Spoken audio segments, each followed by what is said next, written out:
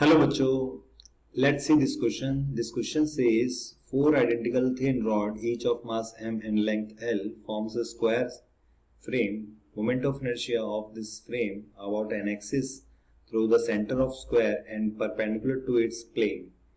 तो बच्चों क्वेश्चन में हमें दिया है, उसको हम थोड़ा सा डायग्राम बनाएंगे और सबसे पहले इस क्वेश्चन का जो की कंसेप्ट है वो की कंसेप्ट हम लिख लेंगे.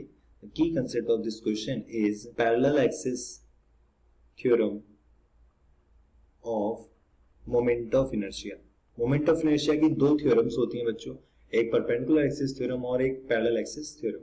तो इस क्वेश्चन में हम पैरेलल एक्सिस थ्योरम का एप्लीकेशन जानेंगे. तो चलिए इस क्वेश्चन को सॉल्व करते हैं. तो सबसे पहले ये चार आइडेंटिकल फ्रेम, ये चार आइडेंटिकल रॉड्स हैं, इस तरह से चार आइडेंटिकल रॉड्स हो गई. सबका मास कितना है, m है, और उसकी सबकी लेंथ कितनी है, l है. वो एक स्क्वायर फ्रेम बना रही है.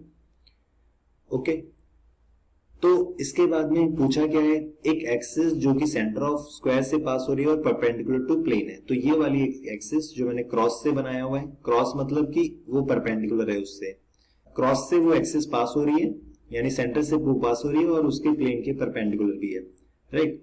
तो सबसे पहले देखोगे कि यहाँ पर हर एक रॉड आइडेंटिकल रखी हुई है उस एक्सिस से.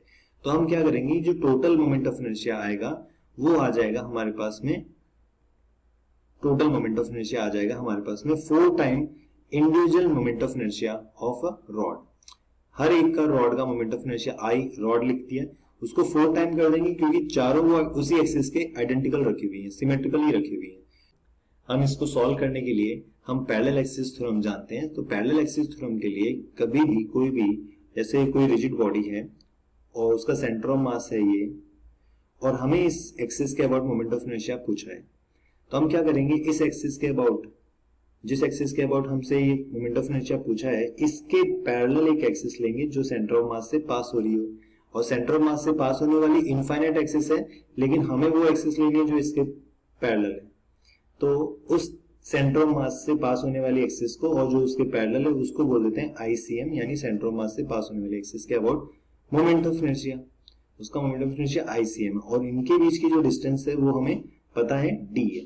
तो इसके अबाउट मोमेंट ऑफ इनर्शिया कितना आएगा, वो आएगा पैरेलल एक्सिस थ्योरम के यूज से according ICM plus MD square, where M is the mass of the body, D is the perpendicular distance between these two axes. तो चलिए इस क्वेश्चन को करते हैं. तो हमें इस एक्सिस के अबाउट एक रॉड का निकालना है, तो उसके लिए क्या करते हैं, हम एक रॉड का सेंटर ऑफ मास से पास होने वाला एक्सिस ढूंढते हैं जो कि उस एक्सिस के पैरेलल है. तो देखो इस रॉड से ये वाली एक्सिस होगी इसके पैरेलल, जो कि सेंटर ऑफ मास से, रॉड के सेंटर ऑफ मास से पास हो रही है, उसके परपेंडिकुलर है.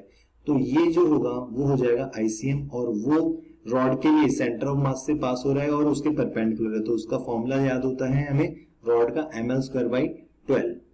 ओके, अब ये तो हुआ हमारा आईसीएम उस एक्सिस के अबाउट. तो इस पैरेलल एक्सिस के बीच की जो डिस्टेंस है वो है L/2.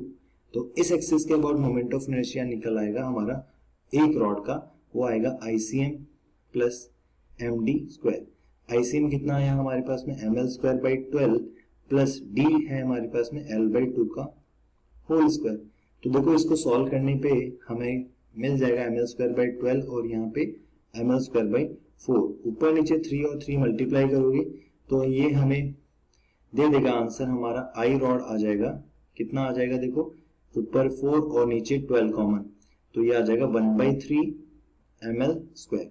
तो एक रॉड का मोमेंट ऑफ इनर्शिया जाएगा 1/3 ml square.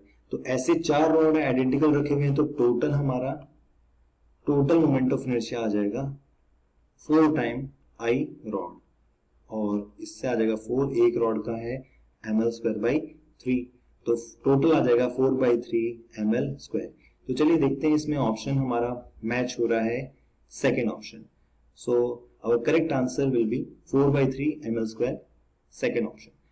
I hope this solution is understood to you. Thank you so much. All the best.